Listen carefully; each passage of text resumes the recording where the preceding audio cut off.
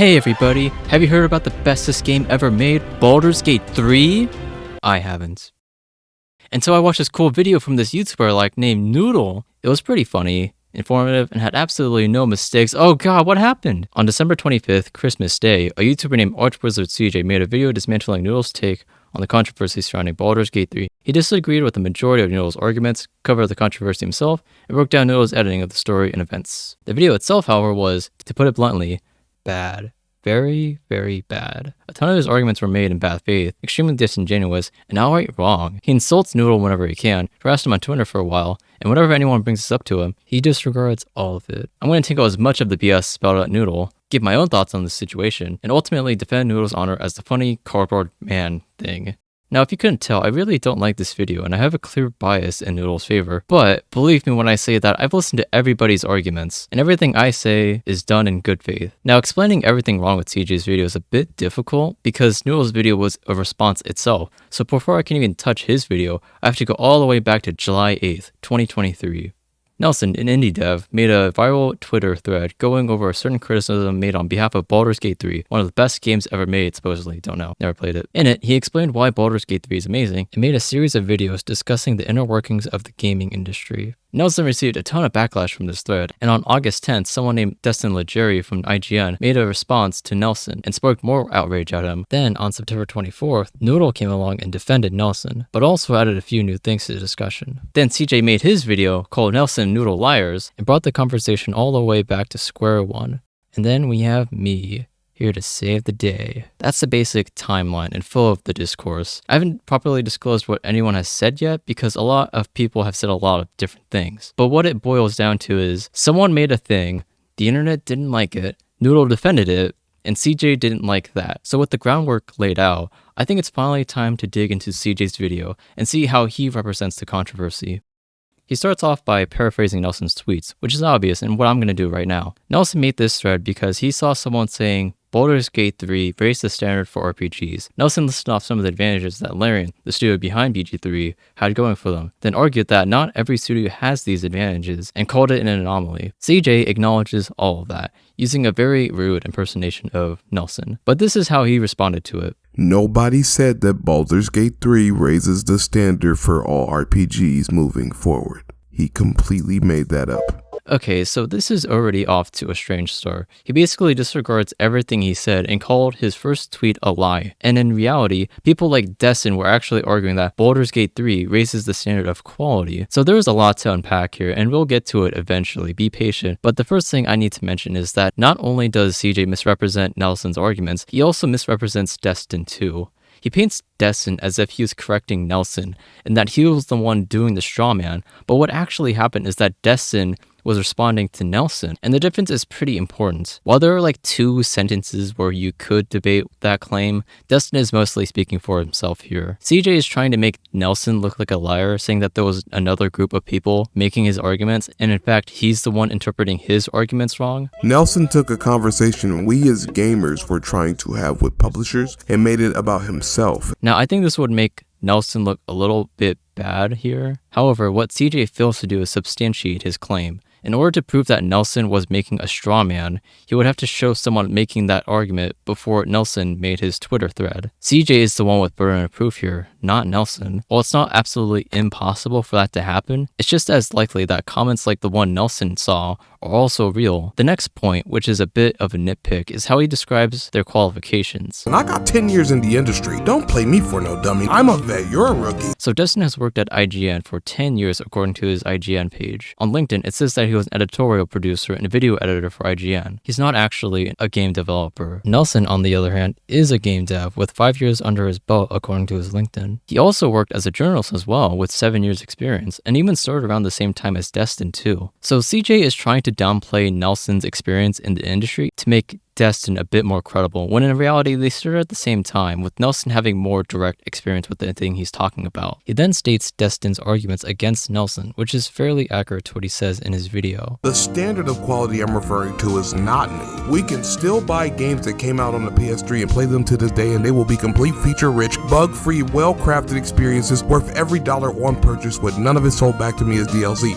Baldur's Gate 3 is a game from a large, passionate studio that refuses to add microtransactions, gave players early access so they could address any problems that arose before launch, and is taking Steam charts by storm. Am I in the wrong for not wanting microtransactions in a stable video game at launch? His interpretation isn't one-to-one, but it sums up Destin's video pretty well. The last thing CJ says through Destin is not something Destin said at all. Scope, scale, and standard are three entirely different things. Destin didn't actually say scope or scale in his video. If you carefully listen to his video, he never says the word scale, and the one time he says scope is when he's quoting someone else. While he heavily suggests it, Nelson didn't say them in his thread either. The only person who said all of these things together is Noodle.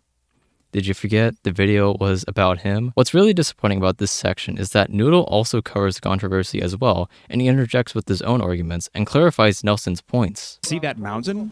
You can fuck that mountain. What he means by scale is not how physically big a world is, it's the intricacies of it all, the complexity of making a game. His central thesis is that the bigger a game is, the harder it is to create. And if something is really hard to make, then bugs and glitches are more likely to happen. It would have been really nice if he had shown any of that, but because he was defending Nelson and in his mind debunks him to oblivion, he doesn't bother showing Noodle's viewpoint. This matters a lot because CJ is again presenting Destin as the one correcting them, except that none of these points were really addressed at all. I'm very sure the reason why he's saying this is because he's projecting his feelings towards Noodle on his analysis of the situation. When Noodle's video came out, he actually made a few comments saying that nobody actually made the argument that Noodle and Nelson were talking about. And he seemed to have held onto these feelings because he repeatedly states this over and over again. The reason why he looks so smart explaining his counter-argument is because it's in response to a position he gave himself. So now that we've fully discussed the discussion here, and because argumentation is pretty crucial to this conversation, I think it's time to talk about straw manning.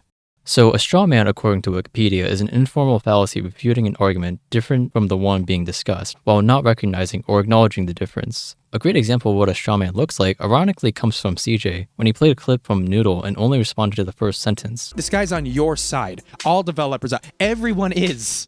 We, gamers, developers are gamers, all want good games with no slimy monetization made sustainably by talented people. All developers are not on your side. They're people. They're just as susceptible to bad decision making as you are. This is a classic because CJ is only taking in the first part of the sentence, but still plays the entire clip, which makes him look very inept. The fact that developers can make mistakes does not change the fact that they also want good games. The only way to counter what Noodle said is to prove that developers do not want good games. And what CJ is saying here is just ridiculous. Developers can make mistakes and still be on your side. But really, developers aren't even people. Another example is when Noodle says money talks and we're loud, and then CJ presents a graph about interests. His point is that companies make a lot of money, not how much people play their game. So now that we have a good understanding of what a strawman is and how it works, let's hear how CJ characterizes it. You can make up any argument you want and the scarecrow won't fight back on your position because he's not real. You can just give him any argument you want and beat that argument.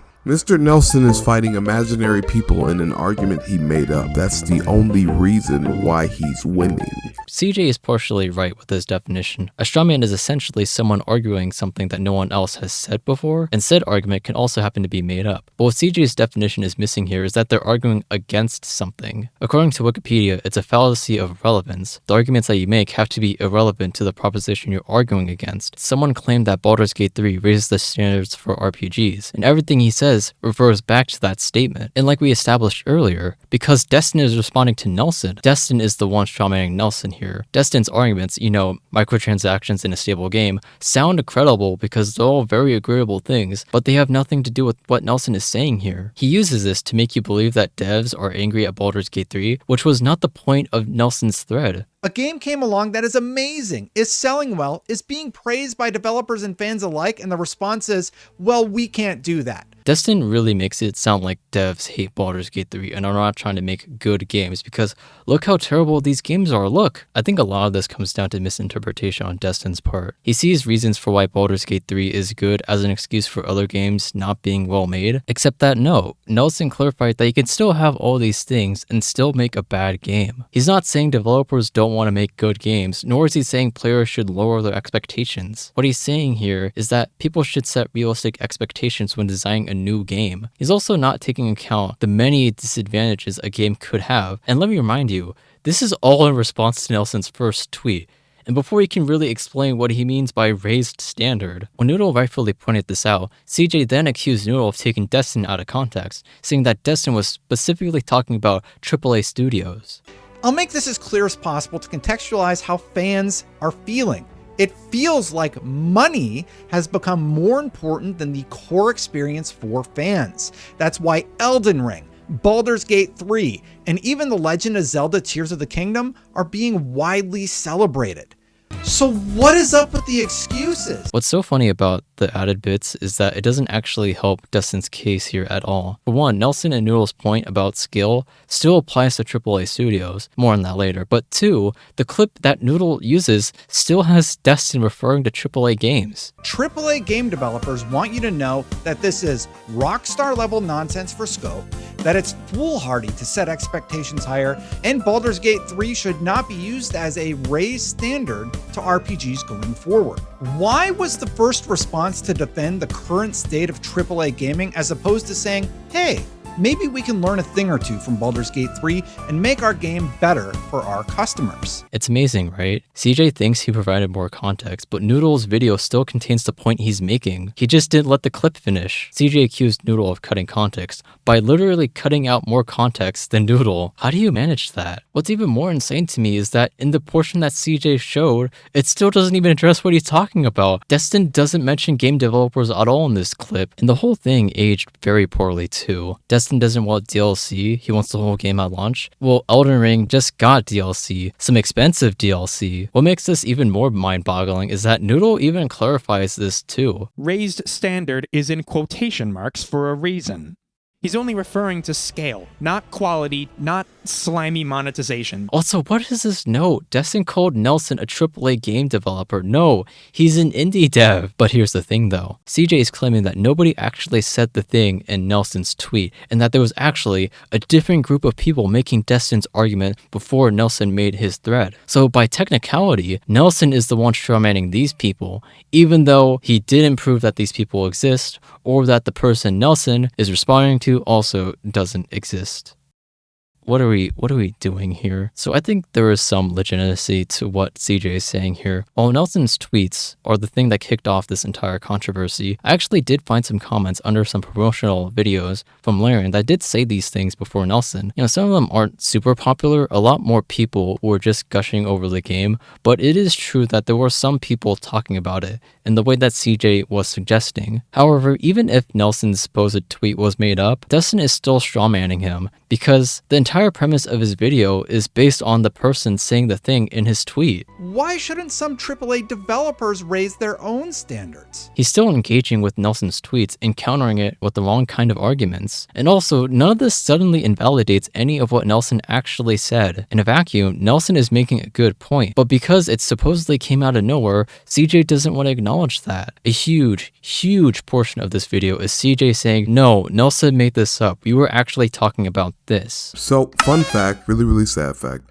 Nobody said this. This is basically the foundation of CJ's strawman accusation. Even when Noodle is not quoting anyone, he still thinks Noodle's lying. All developers, indie and AAA, are stuck trying to compete against or outdo this imaginary idea of the perfect biggest game ever. Nobody said that Baldur's Gate 3 raises the standard for all RPGs moving forward. The entire argument he's positing is an invented argument that no one was having. Again, the argument he's addressing does not exist. Noodle is setting up an entire argument for you to follow that doesn't exist. He completely made that up. He made that argument up so he could make this point and have it stick. The argument he's addressing is one he made up. The only arguments he even addresses in this video are the ones he made up.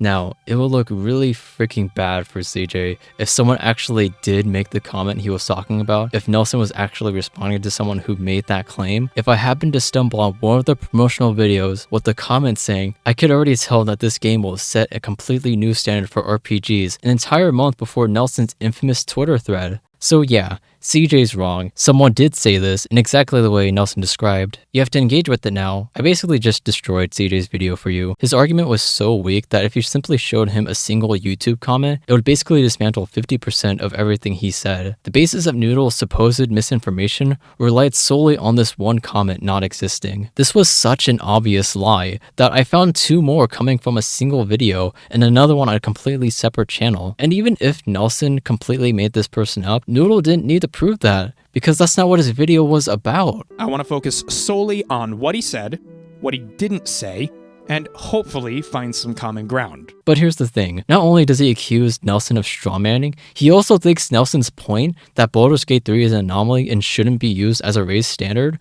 is full of crap. Because it's not even a good argument when you engage it for what it is. This is not new. So like, what was the point in calling Nelson's tweet a straw man when he spent just as much time disagreeing with him anyway? In a later section, his friend even admits that Nelson is right and has a point, but he frames it as an obvious statement that's not worth discussing. Yeah, no shit. We're not asking indie devs to be like this. Indie devs don't have that kind of strength. You won the argument that didn't exist. You won your own made-up argument. You won your own made-up fake argument with a group of people that don't fucking exist. You pathetic fucking loser.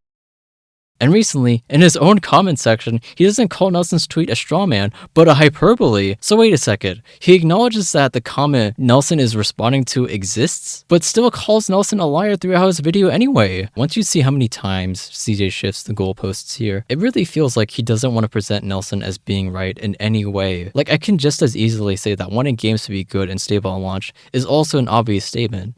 Because yeah, it is. I would say that's way more obvious because wanting a game to be good is an inherent principle of being a game developer. The size and scale, however, is not, and varies depending on what you're making. That strawman example from earlier was way more relevant than expected, huh? If you haven't noticed already, the first like 20 minutes of this video aren't even about Noodle. It's about bashing Nelson for no apparent reason. It's pathetic. I saw so many people say that this video had a lot of good points. For example, this one here. If I'm going to be a content creator, especially one that's extremely influential with a large presence, it is my due diligence to call things like this out. Like, I have to? I agree. Misinformation is bad. We should correct it as soon as we see it. So let's break down all the misinformation in CJ's video.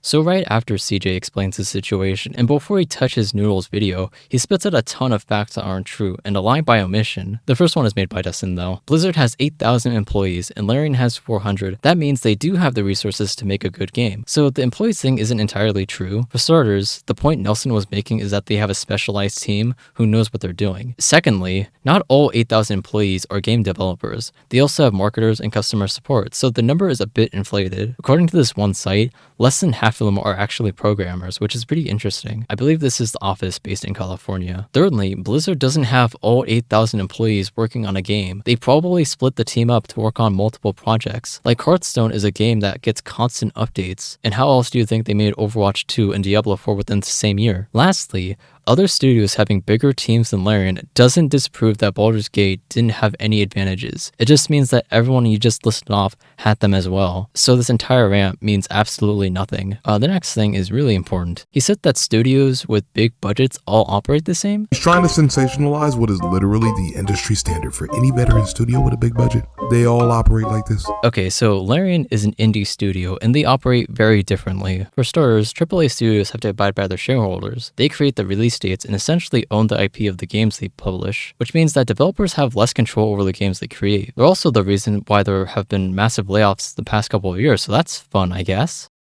Larian is self-published, which means that they don't have either of these drawbacks. They can set the date whenever and own the games they make. However, self-publishing takes a lot of effort. It's not something that every studio can feasibly do. That's why even indie games have some kind of publisher. Saying that Larian is the same as these companies because they have a lot of money is not how companies work. If they all work the same, then obviously there would be no bad games. The rest are really simple. He said that GTA 5 cost $265 million to make, when you can see on the screen the development cost was actually $137 million. He literally lied to you about what's on the screen. He said that Destiny cost $500 million, when really the CEO was just exaggerating. It cost around $140 million. You could just look this up on Wikipedia, dude. The next one is that Battlefield 2042 cost $2 billion to make, which is wrong in so many ways. For one, Star Citizen is the most expensive game ever made, sitting at around $650 until Genshin Impact came out. because of course. It's strange because Star Citizen is brought up later in his video. It's pretty weird how he got this one wrong. Anyway, the site he got this from is simply incorrect. It didn't cost $2 billion. The author of the Pagey sites just read this clickbait article wrong. If you actually read the website they provide, it says that EA lost $2 billion in stock the day they delayed Battlefield 2042. That's it. It was ultimately a joke article. Hold on a second, I have to hammer in just how wrong this is. So it took Battlefield about 15 months to make, and assuming every employee worked on the game, which is at most 714, and they all worked around 6 hours every day, not including crunch, then every employee would be getting at least $1,000 an hour. That's how much devs should be making. The next string of misinformation is about Cyberpunk 2077. Cyberpunk 2077 was announced in 2012, had a development cycle of 9 years, a development team of over 500 people. So Cyberpunk was announced in 2012, but the bulk of the development started in 2016. They also continually hired more people as they made the game. In 2018, they had nearly 600 people and employed 700 in 2020. And going off this data, they probably had even less than 500 people through the bulk of its development. Let's also not forget the months-long crunch the team had to endure. Now, to be fair, I don't think all this misinfo is necessarily harmful or really noteworthy in my opinion, although it is a bit funny considering he supposedly cares so much about misinformation when all of this can be debunked by Googling more than one website. But more importantly, it's just very disingenuous since he's using this to make a point about Baldur's Gate 3. He said that these games had more advantages than Larian somehow. And they failed despite having more advantages than Larian Studios. Well, if you've been paying attention, they did not have more advantages. They actually had a lot of disadvantages, which is something that is omitted quite a lot in this video. He also said that these games were a cultural failure. There are several far more exceptional cases with far greater scale, and among those cases are colossal cultural failures. I'm pretty sure GTA 5 was received very well critically, and Destin didn't do too bad either. What was he basing this off of? I apologize if this video gets way too nitpicky. The overall problems and small errors are so intertwined that it's really hard to unravel it all without sounding like I'm cherry picking. And it makes me wonder, has he ever gotten anything right at this point? 6 years and 400 plus people with insane funding due to the IP having given BG3 a big boost. And then some guy from Larian came out of the woodwork and was like, what funding? Good job, CJ. The only misinformation you corrected was from some guy on Twitter. Amazing. I've seen people defend Noodle saying that his video was just an opinion piece, and while that is technically true, I don't think that absolves him of criticism. Opinions can be misinformed, misguided, or flat out wrong, and that itself can be used to push harmful narratives. Hot take, but if we let that stuff slide, then that's bad. CJ is making a good point. However, by having a ton of misinformation that was extremely easy to check, this point rings extremely hollow as he isn't taking his own advice. But more importantly, boiling down Noodle's video as an opinion piece is pretty reductive. A good portion of his video is spent not giving his opinion, and overall, he says some fairly reasonable stuff a normal human would agree with. People shouldn't take risks that they can't take. That's some very uncontroversial stuff that a lot of people would agree with, and it's something that the industry desperately needs right now. Calling this some opinion you can disagree with makes no sense, in my opinion, because that implies that we don't have to do that we shouldn't have to make good decisions. I understand wanting to defend Noodle from very rude and obnoxious people, but I want that defense to be deserved and not dismiss what Noodle is saying. I would also like to remind everyone that Noodle's video was also co-written by a game dev with help from an anonymous dev too. I don't believe it's as misinformed or misleading as you may think it is. If it was, these guys probably would have said something. I think my biggest gripe I have with CJ here is that while he feels the need to correct Noodle, he doesn't apply this principle to Destin. Xavier's tweet was well-intentioned, and he went on to add a lot of important context, but I think it misses the perspective of the consumer. We don't know anything about game design or how hard it is. Ignorance is just as bad as misinformation, so when one of Destin's main points is to ignore nuanced and valid information, then you're not advocating for the expansion of knowledge. You're stopping it dead in its tracks. The more people know how a game is made, the more they'll know how to make a better one. I really wish people understood this and took it to heart. At this point, I think it's fair to say that CJ doesn't really have a good grasp of how to do research or interpret information. Would it shock you that his video has some mild contradictions? There's this great blog post I found by Paul Kidolf Taylor that talked about communication and how gamers aren't exactly clear with their demands. Releasing unpolished games is lazy, but delaying them means that you're stringing the community along. Early access is often called a scam, but it's also how you listen to fans. Devs are praised and condemned for both. If you can, please give this post a read. Paul is very polite with his wording, he offers some meaningful advice to both the industry and its fans, and it's way shorter than this video. Anyway, I brought this up because it identifies the main problem here, communication. In his hour-long video, CJ fails to communicate his ideas by spouting as much nonsense as he can, and in doing so, he has made some contradictory statements. For example, remember how CJ pretended the raised standard guide didn't exist? Well, it would be pretty weird if CJ were to claim that a big game like Baldur's Gate 3 raises the standard. If Star Citizen releases and is a success that everyone loves, gets universal praise from both players and other studios, and releases as the game that $600 million and growing budget promise down to the very last fucking pixel with no microtransactions, cut corners, or shitty monetization schemes, how the fuck would that not raise the standard? So the argument that Nelson made was fake, but you totally agree with its premise and think it does raise the standard. Okay. Adding on to that, CJ supposedly hates microtransactions, but is totally willing to show for a game that has made millions of dollars through microtransactions. OOP's gaming addiction costs him everything. It's been in development since 2012. It uses almost entirely crowdfunding for costs, and as such has players buy in-game spaceships for real money, with the cheapest being $45, and some ship packages having a price of up to $48,000, according to one article I saw.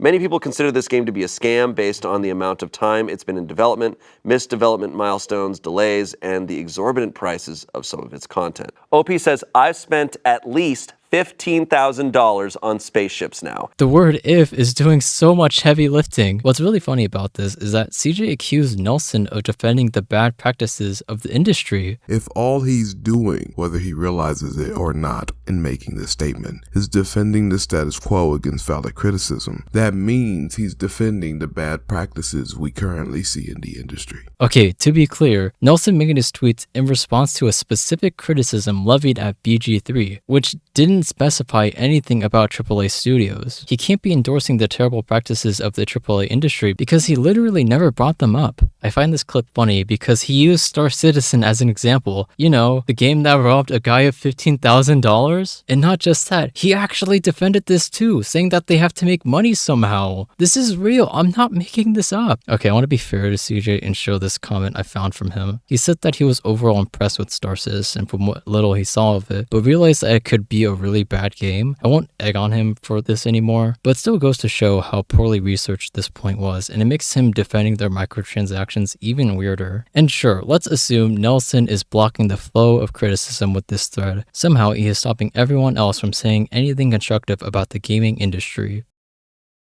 CJ, you are literally doing that right now. And not just that, you literally cut Nelson off before he could finish a sentence. Are you saying we should expect our games to not be good, meaningful, well-made, stable games at launch? And I'm not saying that at all. Sir, if that is the case, then from us to you, we ask, shut the fuck up, please? Right after that Star Citizen spiel, CJ said that no one would think this is a new baseline for new games. And no one would look at this game and think that it should be the new baseline for all games. Which completely contradicts something Destin said in his video. Is Baldur's Gate 3 an outlier? Yes, but I for one wish it could become the standard. Developers should be looking at what Baldur's Gate 3 did and trying to replicate where they can. Sure, you might argue that Destin is talking about the quality, but it still goes to show the problem, right? Communication. CJ and Destin are both arguing that games should be stable and well made at launch, but say totally different things about how Baldur's Gate 3 raises the standard of video games. Also, CJ tries to center his arguments as the only thing people were saying when this all went down, when in reality a lot of people said a lot of different things. For example, CJ said that no one wanted Baldur's Gate 3 to have DLC.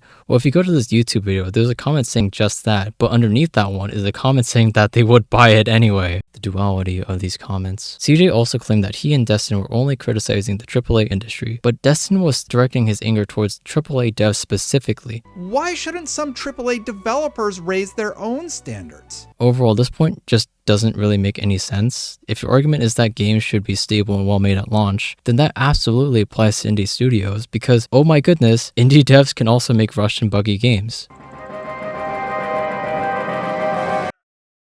But it doesn't stop there. Paul mentions in his blog that a common argument coming from capital G gamers is the lazy dev argument. There's this myth that games are bad because developers aren't putting in the time it takes to make it good. Except that developers aren't the ones making the deadlines. They're only making the games. And because Destin is directing his anger towards developers, waves of people started parroting his sentiments. We should have higher expectations. You, as a developer, should have higher expectations too. This was even brought up in Noodle's video. It's such a whiny, horrible look for you. It's so fucking dumb, yeah. For you, for your studio, for your product, for everybody. It's not even we're gonna give up. We're gonna keep being shitty, but you, the moviegoer, has to enjoy it. Yeah, give us better ratings than Rotten Tomatoes, you spoiled brats. Yeah, it's like we're gonna keep giving you shit and you're entitled for thinking we should do anything better. Remember this, it's gonna be important. So yeah, not necessarily a contradiction, more like an omission that contradicts what he says. Okay, let's wrap this up. I don't think all of these contradictions are necessarily malicious. To CJ, a lot of these things simply make sense. They're just explained very poorly in a way that ruins a lot of his talking points. I'm sure that if CJ had a second chance and properly conveyed each argument well, this video would be a lot more clear. However, what we have now is really freaking bad. When you can't even characterize something as simple as the word standard, it really eliminates a glaring problem. And no one would look at this game and think that it should be the new baseline for all games. We would agree it pushed the boundary for what we thought was possible with games. The rant continues after this, but the point is, CJ is claiming that Baldur's Gate 3 raises the standard, but also doesn't think it isn't a new baseline for games, which is a huge contradiction, right? Because obviously if a standard is raised, then studios have to conform to the new standard. His whole video is about how Baldur's Gate 3's development is not special, so saying Baldur's Gate 3's quality is something that is beyond human capabilities makes no sense, because obviously if it were that easy, then everybody should be able to do it. That's what you're claiming, isn't it? But I think this line here really solidifies the fundamental issue. The way that CJ is deploying the word standard is just wrong. So now we need to go over what I thought was pretty obvious by now. What does standard mean?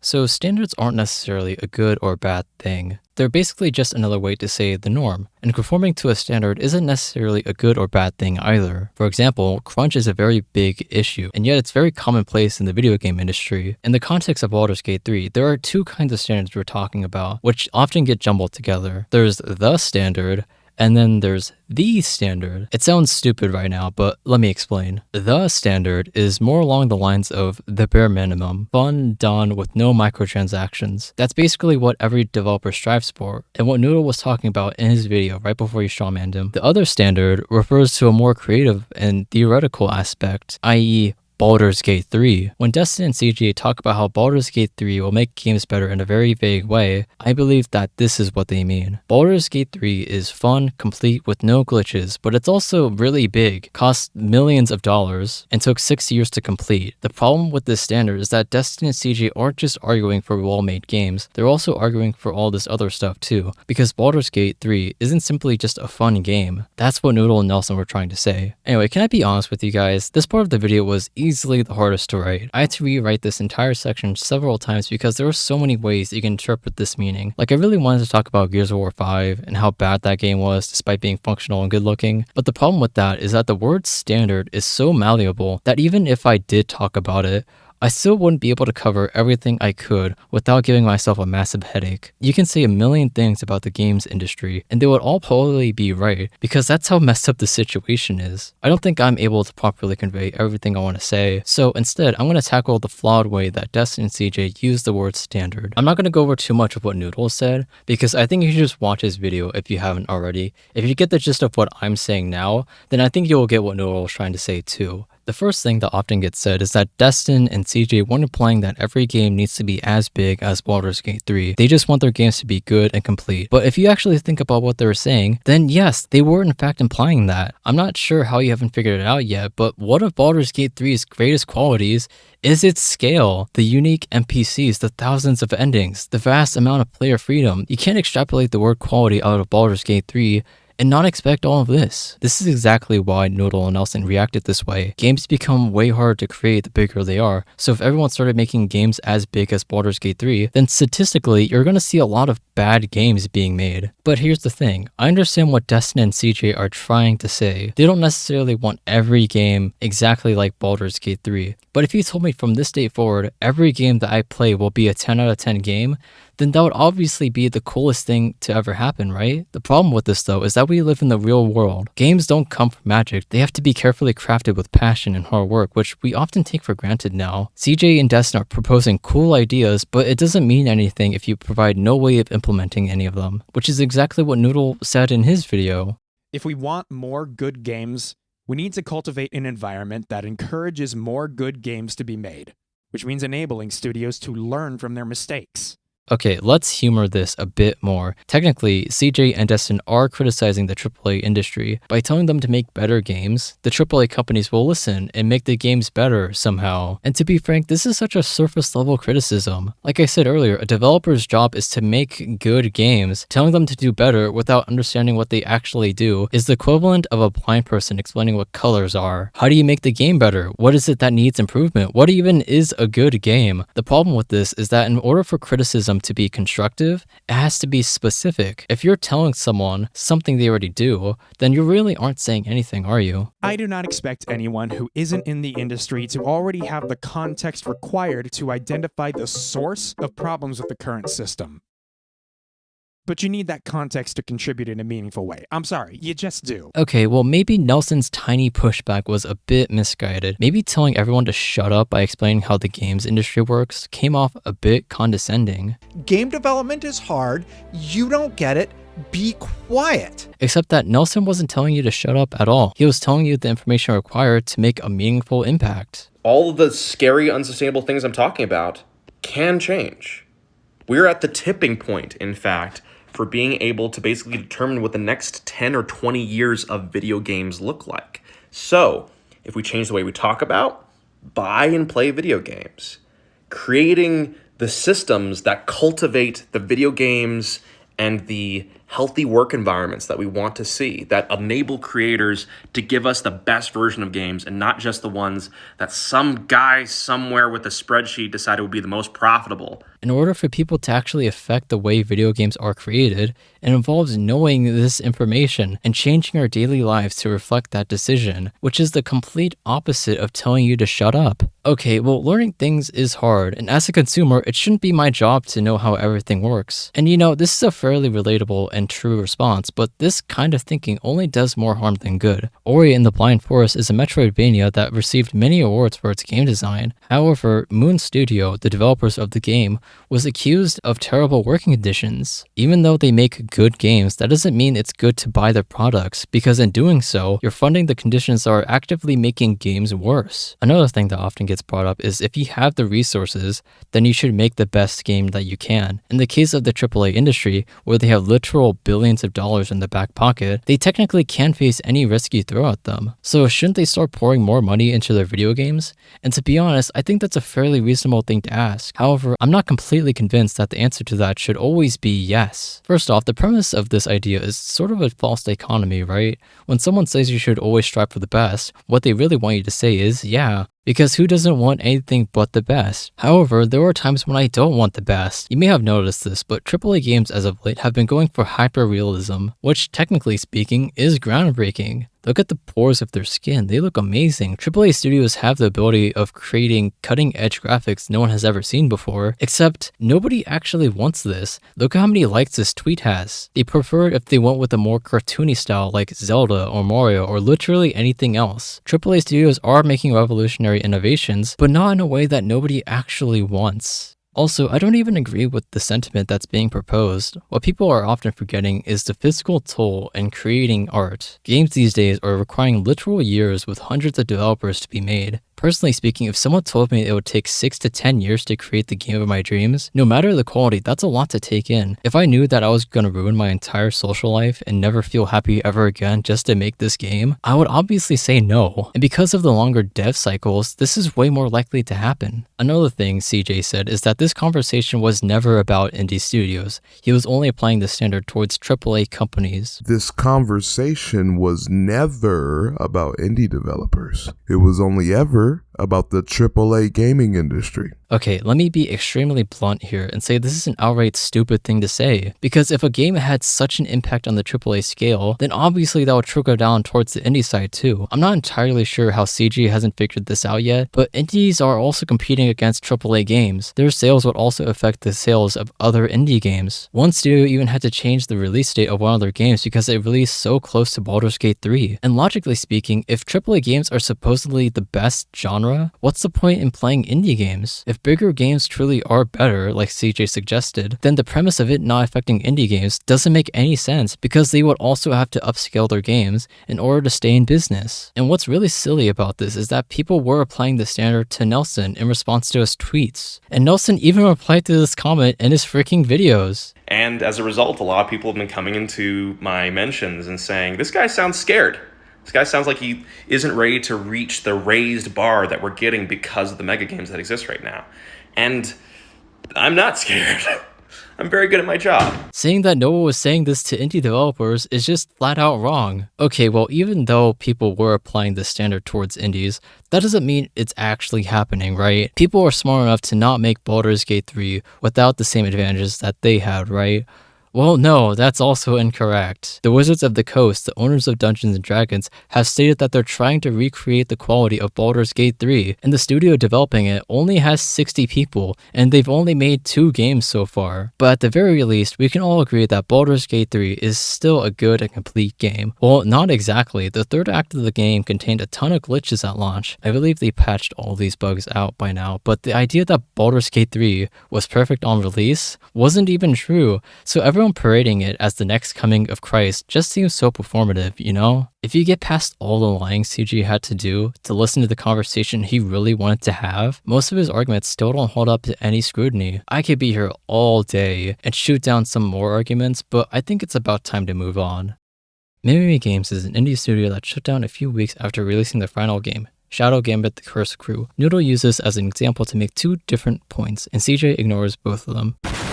It's genuinely amazing how badly CG misrepresented what Noodle was trying to say here. He tries to frame the studio for shutting down because they want to spend time with their families. Dedicating the past decade and a half of our lives working on increasingly ambitious games took a heavy personal toll on us and our families. He's weirdly fixated on this for some reason. The word families only appeared twice on the website and they're both used in passing. Like the bits about families are just tacked onto the sentence, dude. There's way more pressing issues here that CJ is just ignoring. Noodle, these people have been making games for almost 2 decades. They would like to spend the time they have left on this planet with their families. He even accuses Noodle of cherry-picking sentences to fit his narrative, but the sentence he highlighted is under the section, "Why is this happening?" As in, Noodle isn't wrong for saying the company is going under for not getting enough funding, and CJ's own cherry-pick lines don't refute this fact at all. In order to prove Noodle is blowing this out of proportion, you would need to show something that contradicts this. Except the idea that the cost and risks of making a game is rising is sprinkled almost everywhere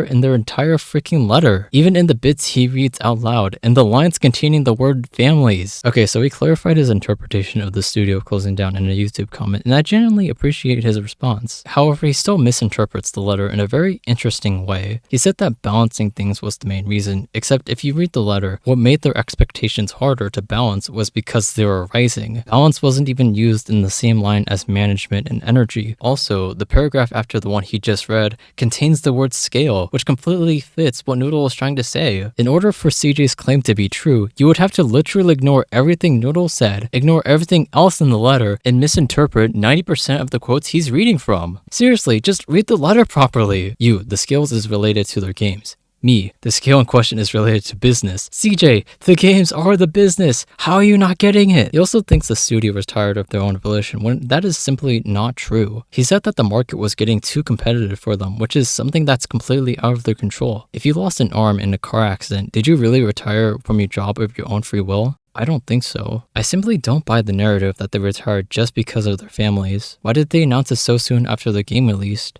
If this was a decision that they had for a while, shouldn't they have announced it before they released it, or at least made that decision clearer in the letter? I dug up a Reddit AMA Mimimi Games had done, and someone asked what their plans were after making Shadow Gambit the day before it was released. One of the devs said they were going to wait and see how well the game does, meaning the decision to shut down was made in response to the game's reception. Also, they say this in the letter as well. It's not a secret or anything. So let's see how well the game really did. This is a graph of how many copies sold for each game Mimimi created. The first game, 70K. The second game, 1 million copies. Pretty good for their second try. The third game, however, 400K. A stark decrease, but how did the next games do? The latest game, Shadow Gambit, was the least selling game besides The Last Tinkerer, their first game they made a decade ago. I'm not bringing this up to be mean, but to demonstrate that despite making amazing games for 13 years, their fanbase kept dwindling anyways. If we switch the graph to revenue, it looks a bit better, but it still doesn't fix what happened. So I tried to find how much money went into making Shadow Gambit, and the only thing I could dig up was this guy saying it cost less than the usual AAA game. If we look up the average amount it takes to make a AAA game, it comes down to about $60 to $80 million. In order for them to break even, we would have to cut that number down to a 20th of the bottom average. Now, a lot of this information is speculative, but by taking everything into account, it doesn't take a genius to figure out that they didn't make enough money to sustain a studio. And let me remind you, this is how CJ presented the studio. Besides this one quote, CJ doesn't actually address any points Noodle made in his video. So Noodle brought up Mimimi Games for two reasons. The most obvious one is that the game they made was very ambitious, except it didn't rake in enough dough, which practically killed the studio. That's what this quote was for, and something he also admits himself. CJ, what are you doing? The second and more notable reason is that even if you make a quality game, that still doesn't guarantee that your game will sell. One of the things we're supposed to take away from Baldur's Gate 3 is that all you gotta do is make a good game and it'll all be fine. But as Noodle pointed out, Shadow Gambit was well received critically, and yet the studio still shut down anyway. And personally speaking, I absolutely hate this myth because it pushes a toxic mindset that making a game is all skill, when it just isn't. If my game doesn't do well, doesn't fly off the shelves despite dedicating years of my life into it, knowing that this is a masterpiece, then there must be something wrong with it, right? That is just not a healthy mindset to have in any creative field, and it just becomes another way of assigning blame onto people. There are tons of factors for why a game might not sell well, but that doesn't indicate that it's a bad game. There are a ton that sell incredibly well, despite being garbage and unstable, which only goes to show that no, making a good game doesn't guarantee that it will succeed. So as we near the end of this video, there's one more thing we need to talk about. Legacy Killer HD. Legacy is a YouTuber that was brought up in Noodle's video as an example of not understanding Nelson's points. This example is by far the most controversial point that CJ made. Everybody's talking about it, it's the most replayed section of the video, and supposedly even the creator himself was offended by it. The reason behind it being, Noodle made some edits to the footage that changed what Legacy said. Gasp! Now this is a terrible look on Noodle's part, but as it turns out, I'm somewhat of an editor myself. I'm not like super great at it, but all of my videos on my channel are done by me, and I'm pretty confident I can break down someone's use of editing when I see it. So with that out of the way, the first thing we need to ask ourselves is, what is editing? I think a universal definition comes down to the word condense, and there are two main ways to condense videos. One is to cut out outtakes and bloopers. This might be important later. The second is to cut out unnecessary verbiage. I did this a lot to CJ's video because wow, there's a lot of it, and honestly, this is completely fine. Not every second of every video is vital to the thing that you want to respond to, and people were defending Noodle saying CJ only included 8 minutes of Noodle's video and his hour-long takedown. Like, yeah, I get what they're trying to say, and it does sound ridiculous, but it doesn't mean that much in my opinion. If properly summarized, you probably don't even need to include half of Noodle's video. The difference between a good editor and a bad one is the ability to trim as much fluff as you can, while preserving the essence of what you're editing. And part of the job is trying to hide your own edits. So criticizing Noodle for simply doing his job is a little bit silly. However, there is still a chance that in the video making process, Noodle might have stripped away enough context that changes his opponent's arguments, which means that we have to analyze what was cut out, what Legacy was trying to say, and third thing, essentially, this was a very long way of asking, does Noodle's editing fundamentally change Legacy's video? He furthermore added that trying to reach the same bar without the same experience and advantages could kill an entire group of studios, and that's fair to some degree, maybe to the indie and AA developers, which probably Larian could be considered that, but I just don't think that's at all I think it's kind of an excuse for the AAA games industry. Okay, so this was extremely basic editing. Legacy's claim was centered on the AAA industry specifically. The stuff that was cut out, indie and AA studios, were not a part of that claim. He could have said stuff like grandmas or turtles, but that still wouldn't change what he said about the AAA industry. To put it in simpler terms, if Nelson had said, dogs are cute, and then Legacy said, yeah, chihuahuas and pugs are cute, but not this stupid looking dog. Look how stupid it looks. You would understand Nelson is talking very broadly, and Legacy is disagreeing with him by hating on one breed of dog. Adding in the dogs he finds cute doesn't change his stance on Noodle's dog. Legacy hates Noodle's dog. I'm sorry if I'm talking to you like a little baby, but that's how basic this all is. And what Legacy is saying here is just nonsense, right? Firstly, Noodle is arguing that affects both indies and AAA studios, so even if he included it, it still shows that Legacy is missing the point. Secondly, CJ is arguing about the quality of AAA games, but Legacy in this clip is referring to the scale. Just because he's focusing his argument on AAA studios, that doesn't mean you guys are talking about the same thing. Like you guys admitted Nelson had a point, and his point is not limited to one kind of studio. This isn't the gotcha you think it is. Thirdly, why is this an excuse for AAA studios? In his own freaking video, he read an article from the Cyberpunk developers saying they hit a brick wall. How can you read this out loud and think that they're just making excuses for themselves? Fourthly, CJ said that Noodle editing this part of his video was him falsifying evidence that the thing he's claiming is made up, except that this is some random guy's terrible opinion. This isn't proof of anything. He was trying to show that he misunderstood what Nelson said, and he did, obviously. Okay, but who cares about any of that? What really matters now is the audio splice.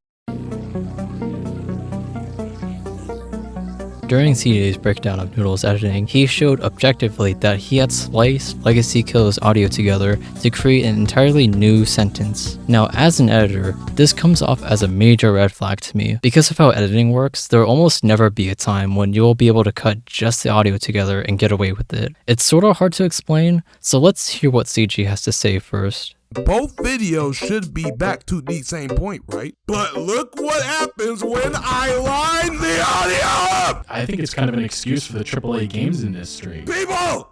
In order for this to happen, he had to stitch the audio, which is a step above removing context! He's creating new context! And it's just so stupid, right? From his explanation, the only thing Noodle did to the audio was slide it to the left a little. With normal human footage, all it does is move the audio out of sync. But in Legacy's case, it doesn't freaking matter because it's only gameplay. You literally cannot create any new context with the kind of edit Noodle just did. So this is just an illusion! I think what CJ is yelling about here is that Noodle cut the audio together to hide the fact that he cut Legacy's video together. Except that's flat out wrong. I forgot to mention this earlier, but there's actually a cut in Noodle's video. He skips to after Legacy had made the point about indie and AA studios. If CJ is suggesting the audio was cut together in order to hide him saying this sentence, there wouldn't be a cut at all. It would look like this. Could kill an entire group of studios, and that's fair to some degree, but I think it's kind of an excuse for the AAA games industry. So that got me wondering, why is the video like this? And to answer this question, I did what any sane person would do and reverse engineered it to find out exactly what happened. I think it's easier if I just showed you. Okay, so this is what an editing timeline looks like. On the left is Noodle's video. I just kind of cut it in half for easy visual,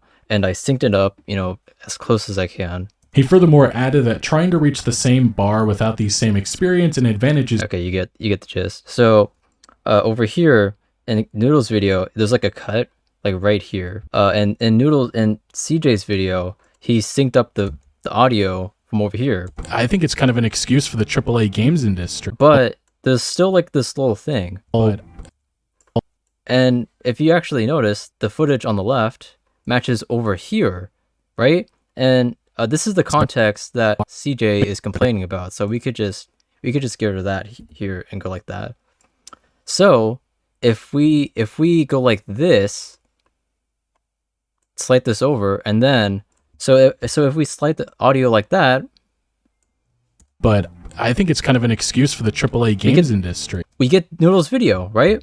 But what was actually cut out? I just don't think that's at all.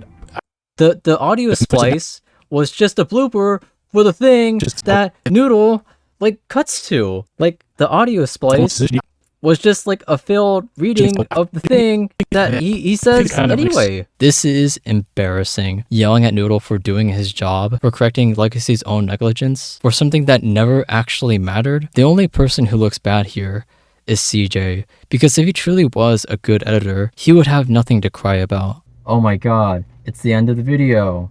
Just kidding, there's more. So I planned on making this video before AX, and as I was editing it down, I just couldn't do it. I just went insane doing it. So instead, I'm probably just going to make a document covering all the supplemental material that I didn't cover, which means missing out on golden moments like this.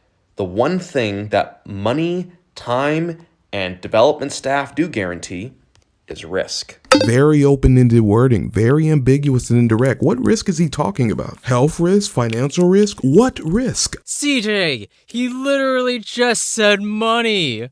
Come on! And it really sucks because I set up a joke earlier, and I really want to finish it too, so I have to do it in this cramped closet now. So Noodle created this montage where he showed a bunch of people misrepresenting Nelson, and then CJ interpreted that as like gamer outrage and extended each clip to show that they were calm and collective. There is no gamer outrage. Everyone is very collected, articulate, and very intelligent regarding this topic. So the clips didn't really add that much, and they just made them look worse in my opinion. Anyway, the clip that you were supposed to remember was the Moist Critical podcast, and CJ edited that out of his Noodle's video. Like, it played in between Endymion and Noodle's clip, so he just took that out. This is just how things are, apparently.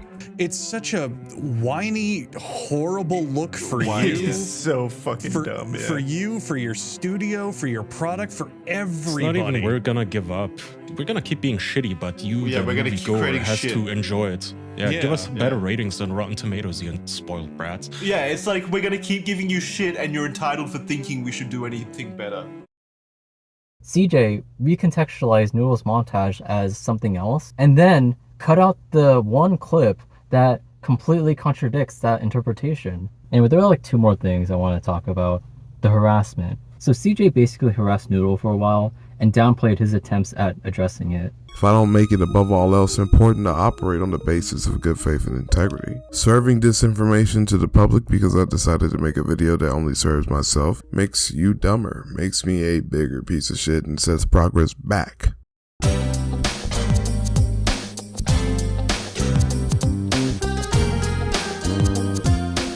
If I see any of you harassing the developers or the creators mentioned in this video, I will turn your fucking belongings into personal effects. The goal is to have a conversation, not to shit our pants.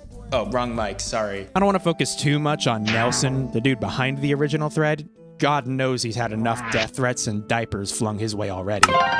We do not care. I wanted to talk about this because few people will shrug this off as a weak excuse for Nelson's arguments. But what people need to realize is this isn't a defense of anyone's ideas, but a criticism of online behavior. Even if Nelson and Noodle were 100% wrong, they shouldn't have their lives threatened over a gaming opinion. And this goes for CJ too. It's not cool, it's not productive, it's just a waste of time. The last thing I wanted to cover is capitalism. Capitalism is bad for video games, is CJ's conclusion.